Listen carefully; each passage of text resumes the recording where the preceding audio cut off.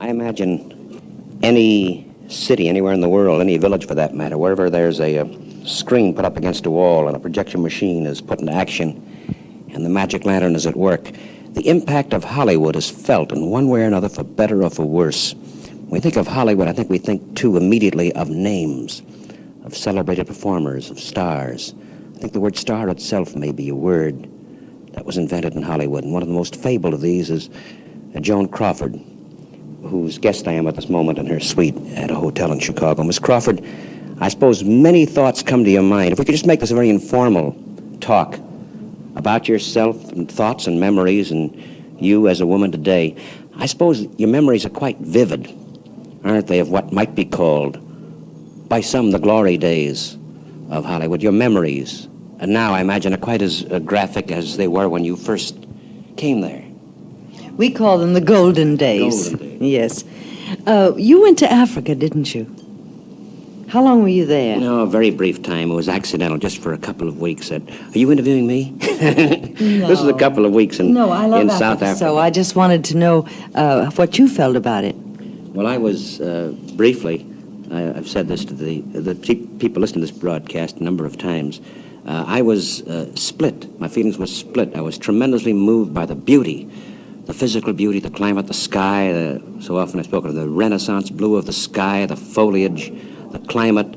At the same time, being in South Africa, aware of the strange relationship of man to man, apartheid, which I think is somewhat insane, unnatural. And so I was split between the beauty of the natural surroundings and the ugliness, perhaps, of relationship of man to man under some circumstances. So I was left with, alienated, you might say. My eye and my feelings were somewhat separate. Now, you were in Africa, in different parts of it. You know something? I was trained at Metro by a man trained clothes-wise called Adrian. And I used to go to all of his fashion shows, and he did all of my clothes for 17 years at Metro. And I think you'll be interested in this. He took his first trip to Africa, and he came back, and he always had and saved the best design of the show for the last. It's like the final curtain. And he had, in one show called an evening ball gown called African Sunset, and he blended the reds, the pinks, the yellows, and the pale grays all in one dress. It was the first time I have ever seen an audience of women, about 200, stand up and applaud. It was fantastic, but really fantastic. And I thought, oh, you can never blend all these colors. It's ridiculous. And when I went to Africa, I realized, looking at every African evening sunset, that he was chicken, really, because there were more colors. But I think he was afraid that the American women would not be able to digest this much beauty this soon. And every night changed. It was so beautiful. You and I were both, not at the same time, unfortunately, in Johannesburg, Durban. Were you in Lorenzo Marx? No, I should have been. That's in Mozambique. No, I wasn't there. But also Kruger National Park. Were you there any chance? Yeah. Oh, yes. We flew over and we saw elephant herds over Victoria Falls, and flocks of flamingos. And I've never seen, and we flew 200 feet above the jungle. We had a private aircraft, so we could do that. But it was the most fascinating thing I have ever seen. And of course, I never like a pilot to, what do you call, not tip a plane. I know too. Well, when you turn to left to right. But in order to see the flamingos and the herds of wild elephants, he had to tip the wings and really glide. And I was so fascinated by all the jungle and all of these things that I didn't even realize we were turning on our sides, actually. Animals were so free, weren't they? Oh. The animals, yes. You know, we've forgotten how to be free, I think. And when I told you a moment ago about, we only had a second to talk, about the young 15-year-olds, 13-year-olds, and 19-year-olds coming out of the jungles and the trees, as my husband used to say, wanting to learn and a great desire to learn, and they didn't speak English, wanting to learn art. I think we give our kids so much, too much, so that they don't know what they want. If we gave them less, like you see in Africa, mind you, as uncultured as these countries are, we can learn a lot from them as they are trying to learn from us. And if we gave our children less of a choice and made them toe the line with one thing and let them find their own way on what they really want out of life, then once they searched themselves for it and wanted it and had enough definition in life, enough distinction mentally, then I think they would go to it without any problem at all, and I think that alone would get rid of most of the juvenile delinquency in our country. Doesn't it involve, too, perhaps some of our own values, too, perhaps being a little more clear in our minds, possibly? Yes, we all have too much here. We're all spoiled. We're spoiled rotten. And I think what we should do is just get off of our little lazy proverbial seats. And I didn't used to travel. I was afraid I'd lose a job if I traveled.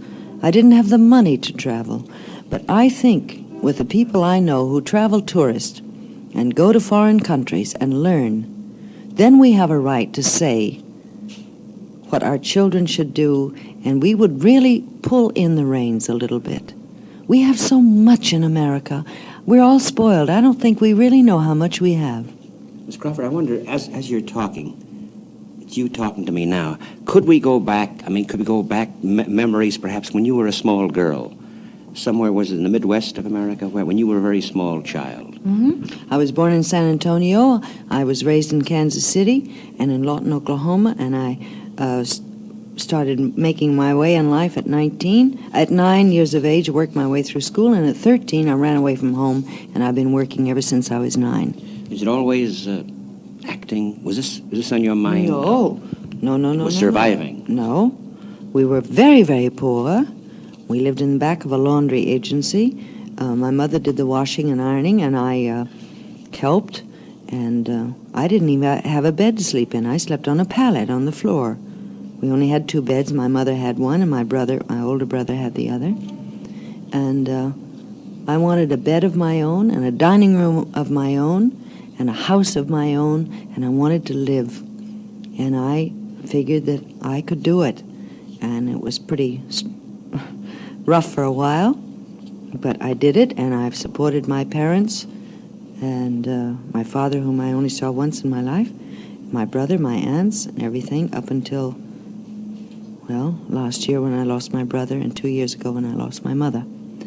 But I've never failed to be grateful to them, and I think that, too, is very wrong in America. Kids always bellyache about their parents. They always say, they're jerks, they're this, they're that.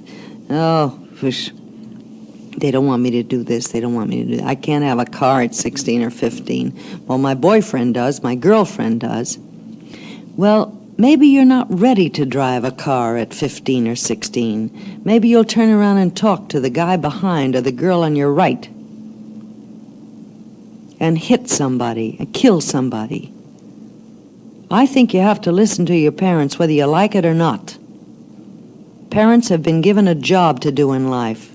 Raise kids and raise people and raise good citizens. And if you kids would realize this, most of the kids don't realize that parents were once kids. They never realized that their mother and father. And this, I think, is the greatest mistake in the world. People call yes, mother, no, mother, yes, father, no, daddy. They're only trying to do a good job to guide the children. Quite possible, too. Sometimes the parent himself might be lost in this. There are so many, as you say, so many choices involving things. I'm talking about real people and real parents. I'm not talking about mentally sick or people who don't know what they're doing. We all have jobs to do. You know that. You have a job to do. Do you have children? I have a boy. Well, sometimes you have a job to do and you can't get home to have dinner with him. Does he understand? I hope. Well, sure, he knows you're making a living to give him an education, right?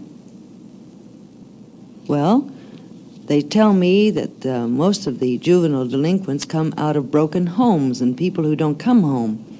Well, mothers and fathers have to teach the children, and if they don't understand, that's just too bad. That in order to educate them, to feed them, to clothe them, it takes money. I was thinking, as you're talking now, Miss Crawford, and yours is a celebrated name, and aside from your career in films, you yourself have now become a career woman, really. You're a businesswoman. I imagine in the upper echelons, I would say. You are, definitely. I come back to this child, the girl you were. You say you had this drive for a home of your own, way back when there was a lack of material. We were just poor, that's all. We had no bathtub.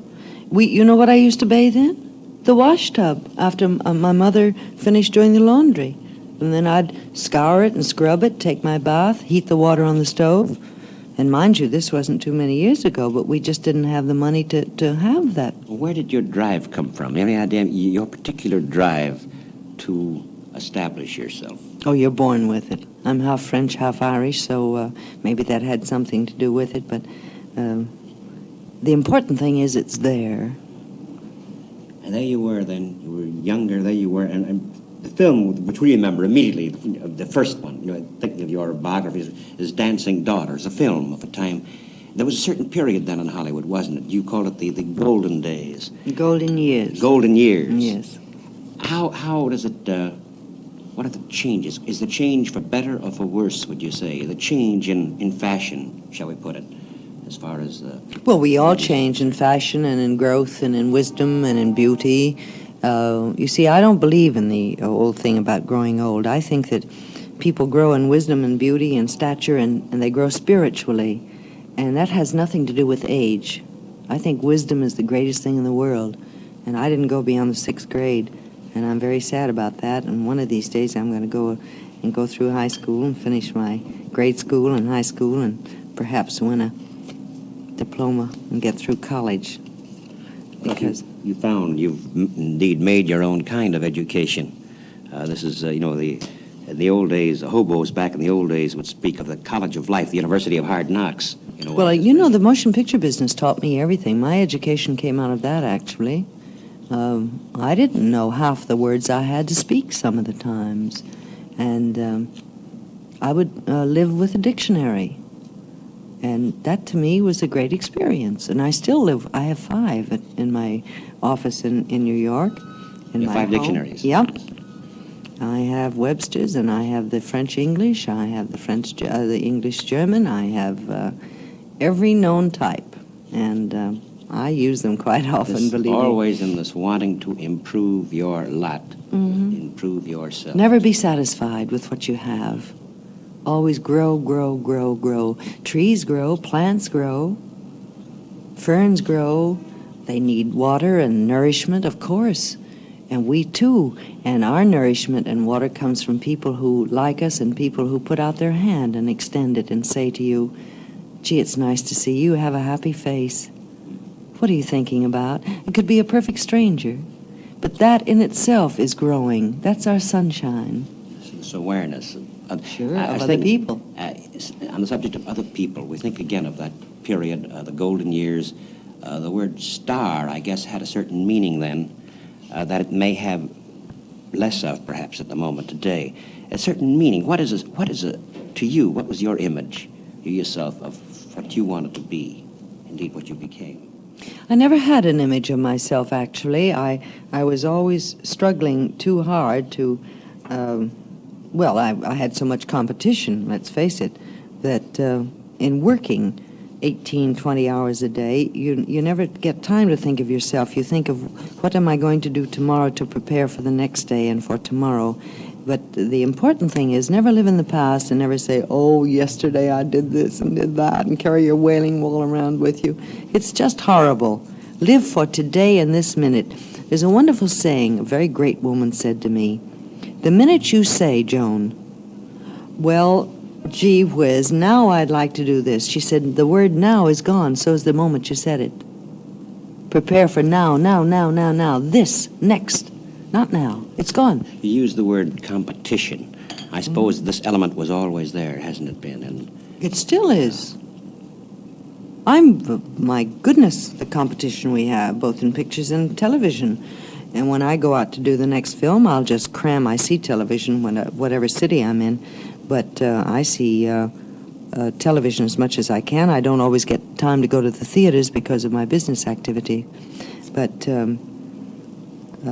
I will cram in about 2 pictures a day after a long day's work and preparation for the picture that I'm about to do, and then I'll see 2 pictures a night, and sometimes on Saturday and Sunday we'll run 2 in the morning, 2 in the afternoon to catch up on my competition. you see, in a sense, it is like business, isn't it? You are a highly successful businesswoman, a member of the, I believe, of the board of directors of Pepsi-Cola. Right?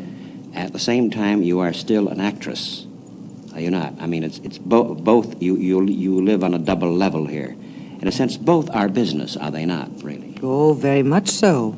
And I also am a mother of 5 adopted children, 3 who aren't living at home now, but 2 are, and they're in school. I also have that, and I have TV, and 1 picture a year, which I try to do, and if it's not good, I don't do it. But I think one job complements the other. I think people who just stay home and get the kids breakfast, send them off to school with the box lunch, and send them here and send them there, and put them to play, put them in the park. What do the mothers do when their husbands come home? I think they should really study and be dressed properly and have a nice dinner for them, and it all is organization. Believe me, it can be done. And I know, I said this once before, and a woman wrote in and says, yeah, get a look at you. You have money, you can do all this. I don't have that much money. It's organization of mind. Get your work done in a certain amount of hours. I take care of an 8-room apartment in New York City with 1 woman and me. And I'm on my knees scrubbing just as much as she is. I work about 6 hours at the desk every day. Office work. I go to meetings. I have meetings in my home. I go to the office for meetings. I do television. I do philanthropic work. I'm part of mental health, USO, many, many things. It's not important. It's the importance is in giving, and giving and giving of yourself. And you know that wonderful saying, ask a busy person to do something, it'll get done? Well, So it's this keeping active, even as you say physically. I mean, you still do, even as a small girl, you did physical labor. This is still part of your life. I had to do physical labor because I worked my way through school, what little I had, and I cleaned a 14-room house and took care of 30 children from the age of 9. I was 9 to 13, and took care of 30 children and cooked 6 meals a day, 3 for the 30 children and 3 meals for the people who ran the school. I didn't get any education. Well, you worked at this was at a school? Rockingham Academy, a private school in Kansas City. And my mother thought I was the brightest thing that ever lived. And she thought I'd graduated from high school at the age of 13 and enrolled me at Stevens College. Well, naturally, 2 months later I ran away because I didn't know what they were talking about. It was complete Greek. But anyway, so it's just the drive and the energy, and I think most everyone is born with it. They just don't have enough oomph to get up and do it. You know, this question must come up. Since you worked on film, you were an actress. At the same time, you were this girl, this person, too, Joan Crawford. Isn't it difficult sometimes, illusion and reality? You know, you're able to maintain... You know, since you act on the screen so much, I mean, are you able to maintain, even off-screen, your own identity? Wasn't this a problem or a challenge ever? No, never. I am always me, Joan Crawford.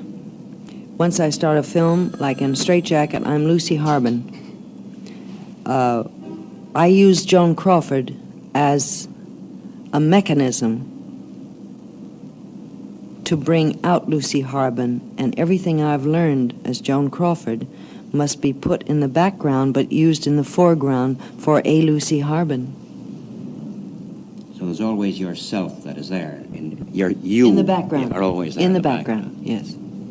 But even at home, I'm thinking now this world we live in is a world that involves, mass communications, public relations, all this.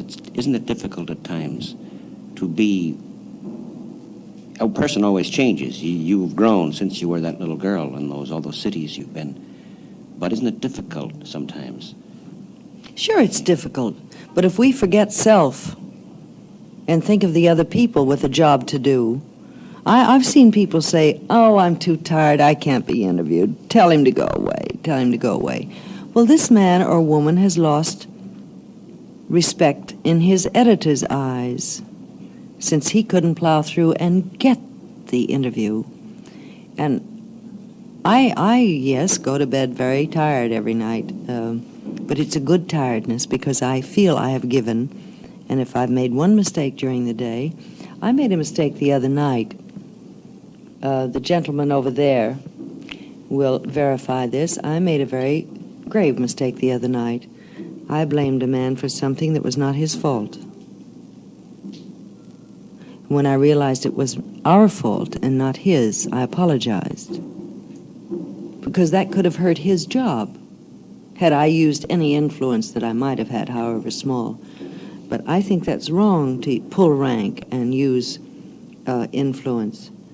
And I told Bob Kelly the next morning, I said, I wish I could teach my kids this.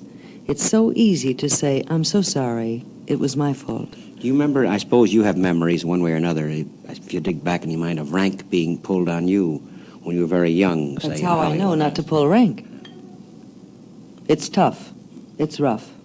So those beginnings were, even in Hollywood, they were tough, rough, competitive days in a rough world, weren't they? Yes. I think the world is more of a jungle today than it was then, actually. We had more healthy competition then. We got it out of our systems. Why don't you expand on this just a bit? This is interesting. The healthy competition that was existing then, and then we'll talk about this jungle that is. Well, it wasn't vicious. It was one star trying to compete with the other, and when you put 4 or 5 stars together in the picture, one said, "I want this dressing room, I want this, I want that, and I will have Adrian design my clothes," but they can't design Joan Crawford's clothes. So I just say, "Why?" and walk into Adrian and say, "What dresses are we wearing?" And if they were too glamorous and the star didn't like it,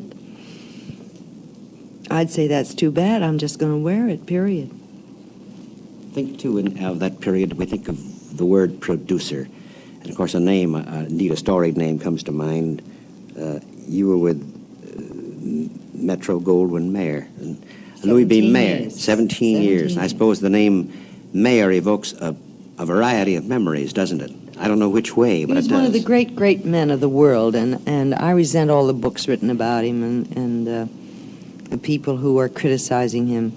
They didn't bother to criticize him when he's alive. They criticized him when he was dead, when he couldn't talk back. But this man raised most of us at Metro. I know that Judy Garland wouldn't move without this man's talking to her or asking his advice. I know that I never went into this man's office unless I had a real problem, production-wise. That he didn't, if he was in a board meeting even, he would put me in the private office and excuse himself and come in there, or if he had an office meeting, he'd say, "Ask her to go in the boardroom." And I would go in, and he'd say, "What is it? You have a problem?" I say, "Yes." I stated it briefly, didn't take his time, didn't bellyache. I just said, "This is the way it is, and I think you should look at the film. I don't think it's right. I don't think I'm capable of this kind of part yet. I'm too young for it."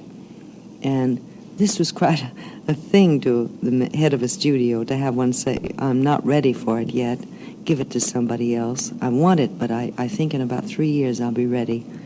And this is why I have such a wonderful relationship with all the people in Hollywood and the producers, writers, and directors, is because I was so honest, and I knew my capabilities and I knew my failings, and I knew when I'd be ready and when I wasn't. You had this feeling that this wasn't right for you at a certain time, and you knew that time would come. You could wait, in a sense. Yes. I still feel that way. You say you still feel that way. that your life is pretty full, but you feel there is more indeed to come. Oh, much more. And I feel when they give me too much to do, I say, now wait a minute, I can do this, this, this, and this, but I can't add the other 3 cities to it during this tour. This is you're talking now as an actress, as an executive. or as an executive with Pepsi-Cola, or with as an actress. They try to make you do a city a day, and sometimes you say, well, when do I eat, when do I rest? And they say, well, that's a good question. We hadn't thought about that. And I said, well, let's think about it. Back we made to what was it about Mayer? What sort of advice? What did he look for in films? Perfection.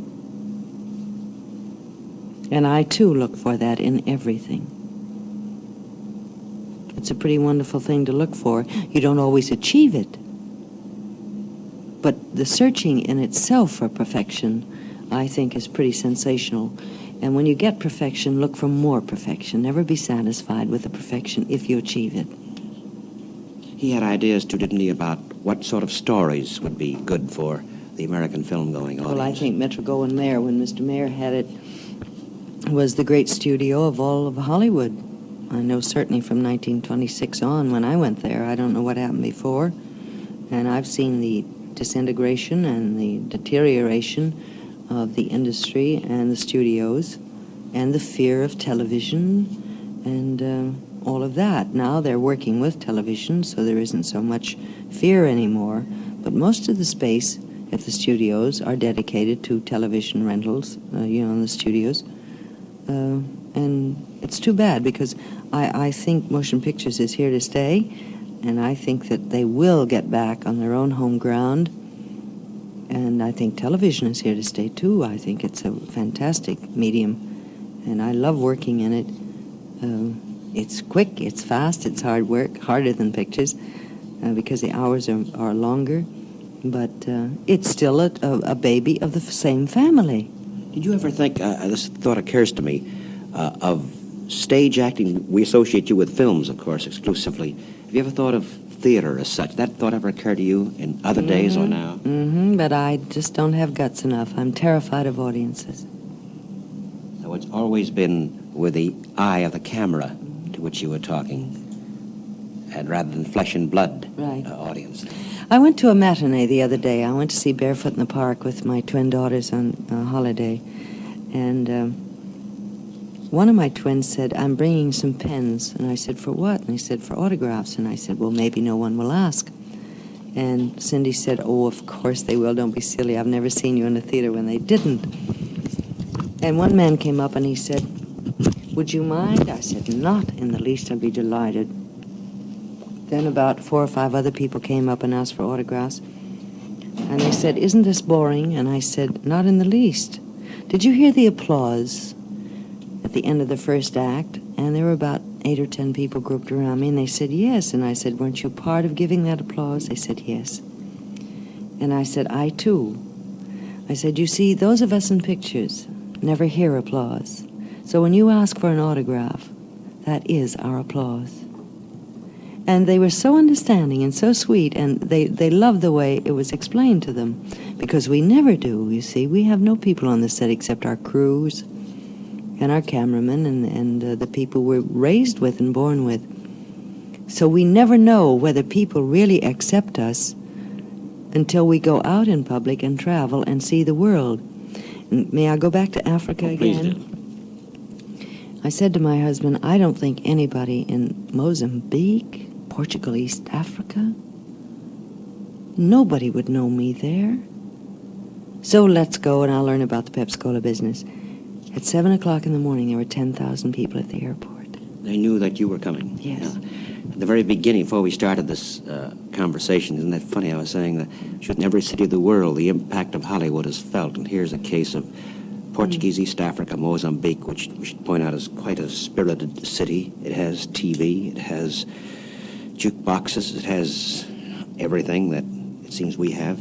And you were known there. That's rather interesting. That's the great power of motion pictures. I must tell you that when you go into a foreign country, they don't have to say, who's that? They feel what the American audiences feel, an audience identification They feel they know you, so you have bridged already. With an hour, 2 hours, sometimes it takes people much longer to say hello and know each other. They felt they knew me, and there was a warmth with these people. And in Leopoldville, the same thing. And I think there were about 15 or 20,000 people in Johannesburg at the airport, with actors and actresses and all the even natives in Johannesburg were there at the airport with flowers. And I think the impact of motion pictures, of course, our TV hasn't gotten into overseas yet, and not too much in Europe, but when you think that you can walk into a strange country at 7 in the morning with 10,000 people at the airport with their arms outstretched, you just say, thank you, God, thank you very much. What does this do to you? This is interesting. I cry. I get tears in my eyes. Isn't that awful? I'm so touched. I'm thinking of you now, or the woman, Joan Crawford, and wherever you go, now we speak of Leopoldville, Mozambique, and I'm sure any city, just about anywhere in the world. In Beirut. And, same thing. And I'm sure that would happen in Asia, wherever films are. I mean, here are you. What is you become something of a symbol to them, don't you, in a way, too? It's not only becoming a symbol, but it gives you a responsibility to be to them what they want you to be. And it's quite a responsibility, dear friend. You say you are to them what they want you to be. No, you must be to them. Once you see what they expect of you, you say, oh dear. And you get on your mettle, you get a little taller, you stand on your toes. You try to be everything they want you to be. So you must become what every one of them and that whole crowd want you to. You must become what these thousands of people, each one of the 10,000 wants you to be. And it's such wonderment to try and become that for them. What do you never are allowed to become lazy, I tell you. Well, what do you want to be? What people want me to be, because I love people. So you become what people want you to be. Mm-hmm. Except when I'm home at night. Then I take off my shoes, take my bath, take my makeup off, knit and look at television. Those are my few precious moments.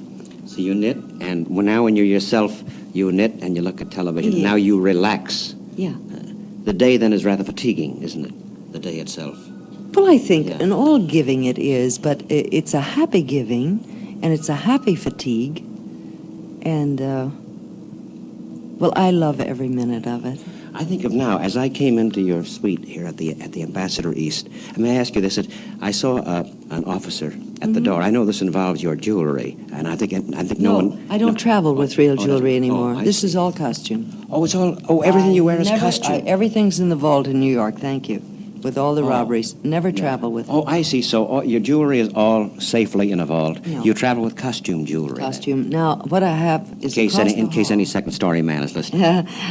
No, across the hall, you see, this is a smaller suite than I'm accustomed to, and across the hall are my suitcases ready to pack. Also, all my hats, bags, shoes, and things that I just can't pile up here. And...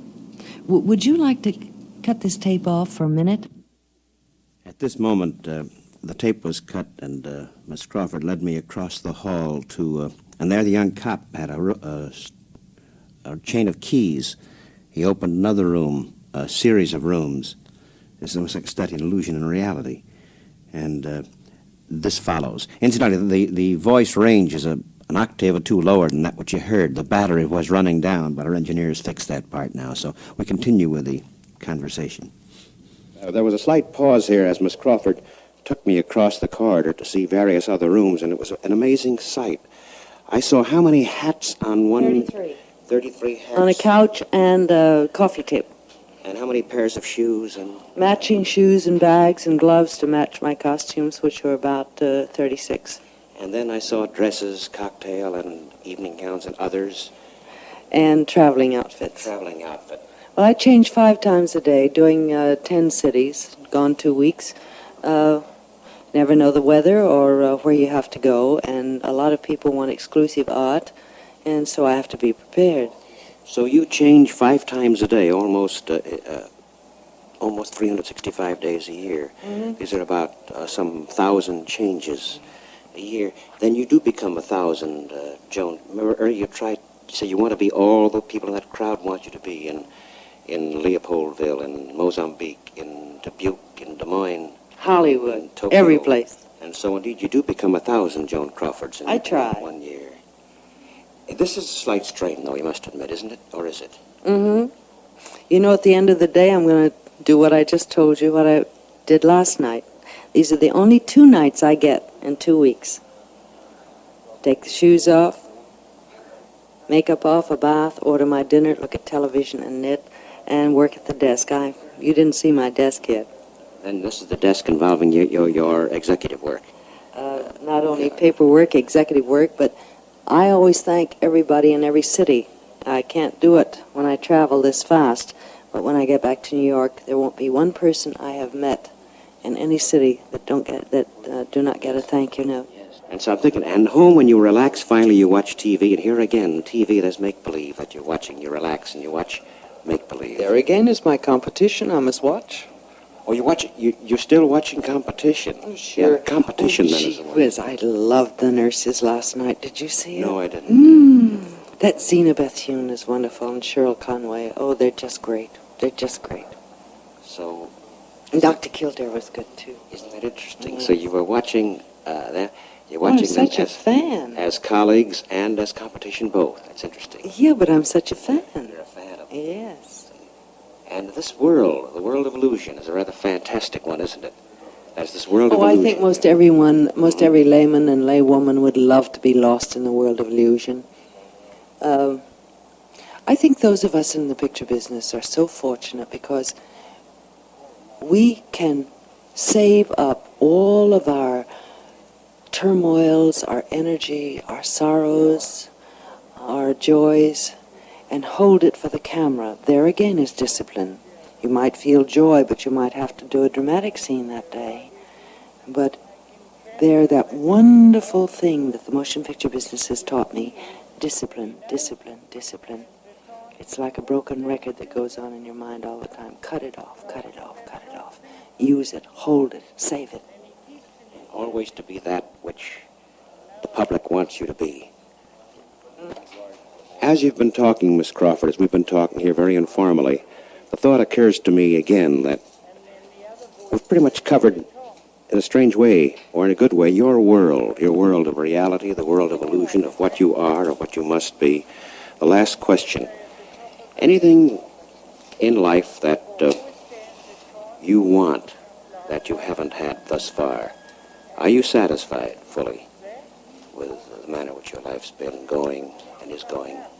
I wouldn't live it any differently if I had it to live over again. At the same time, I must say that I think, knowing me, and I can speak very honestly, that I have no personal life, and it is a lonely life, and I'm so grateful for my children, and that I can give to them. And I hope that I fulfill their lives as much as they are fulfilling mine at the moment. Crawford, this has been, I must say, a revealing dialogue here. Thank you very much. Thank you, and God bless.